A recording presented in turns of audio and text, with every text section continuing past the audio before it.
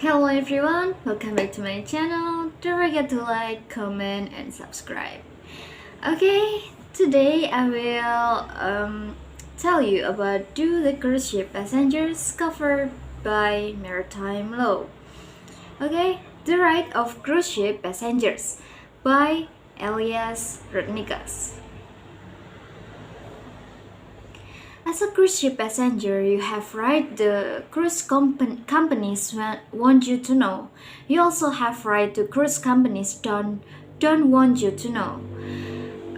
These are right the cruise companies don't want you to know. The first, you have the right to receive money compensation for any accidents, injury, assault, disappearance, drowning or near drowning that occurs aboard the cruise ships. These include ship and fall accident during the cruise, and then rape or sexual assault during the cruise, and then drowning or near drowning accident during the cruise, and then disappearance during the cruise, and then any dangerous condition that causes any dangerous condition that causes you or your family harm during the cruise. And then the second, you also have the right to receive money compensation for any accident, injury, assault, disappearance, drowning or near drowning during shoreside excursions. And these are the rights that cruise companies want you to know. The first right is the right to disembark a dock ship if essential provisions such as food, water, restroom, facilities, and access to medical care cannot adequately be provided on board, subject only to the master's concern for passenger safety and security and customs, and immigrant requirements of the port.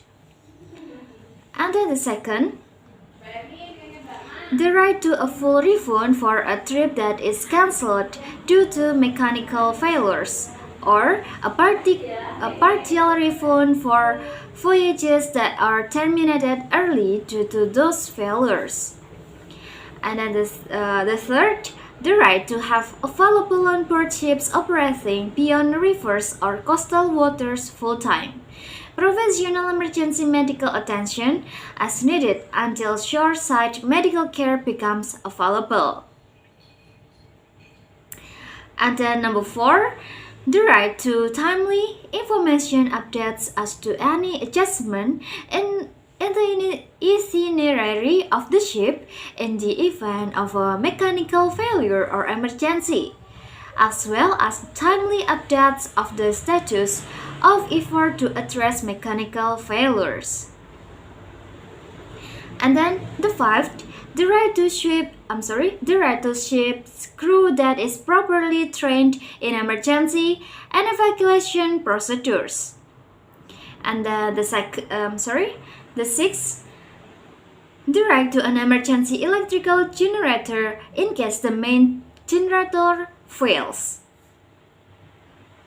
And then the right number 7 is the right to transportation to the ship's scheduled port of disembarkation or the passenger's home city in the event of a cruise ship is terminated early due to mechanical failure. And number 8, the right to lodging if disembarkation and an overnight stay in an unscheduled port are required when a cruise is terminated early due to mechanical failures. And number 9, the right to have included on each cruise line's website a toll-free phone line that can be used for questions or information concerning any aspect of shipboard operation. And then number 10, or the last one, is the right to have this cruise line passenger's bill of ride published on each line's website. And then the next explanation is about what happened if you suffer a cruise ship injury.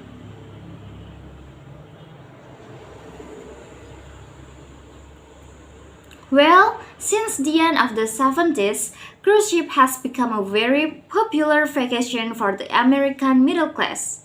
Regrettably, there are a lot of accidents aboard these ships, and many passengers suffer very serious cruise ship injuries. The most typically maritime accidents are ship and falls and trip and falls due to dangerous conditions aboard the ships, such as defective floors and slippery substances on the floors. This accident can occur inside the cabins, in and around the pools, on the deck, hallways, and then access ramps, restaurant, bars, and etc. And then the second, cruise ship accidents during short excursions. And then the third, fires and maritime collisions. And then number four, poisons and sickness due to contaminated food and drink. And then number five, negligence in providing medical care when it is required. And then number six, negligence in providing adequate accommodation for handicapped people. And number seven, physical or sexual assault perpetrated by the crew or other passengers. And then number eight, unexplained disappearances. Number nine, negligent navigation. And number 10, maritime claims of cruise ships incident and injuries.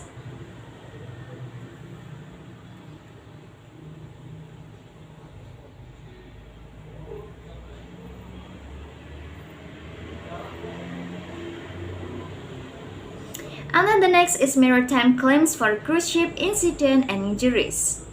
Many passengers are not aware that they can receive many compensation for injuries that result from this incident and accident on cruise ships. Additionally, they don't know the laws that apply and the location where the lawsuit must be filed. Matters are much more difficult by the fact that most maritime claims have to be filed where the main offices of the cruise company is located. The main offices for most of the main cruise lines that operate in the United States are located in Miami. Therefore, most passenger lawsuits against the cruise lines have to be filed in Miami. As a result of this, most passengers start their maritime lawsuit in Miami after returning to their home state or home countries.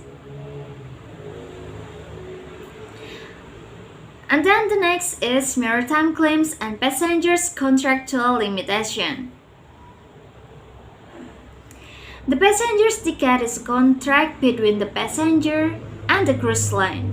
It contains for more than the itinerary.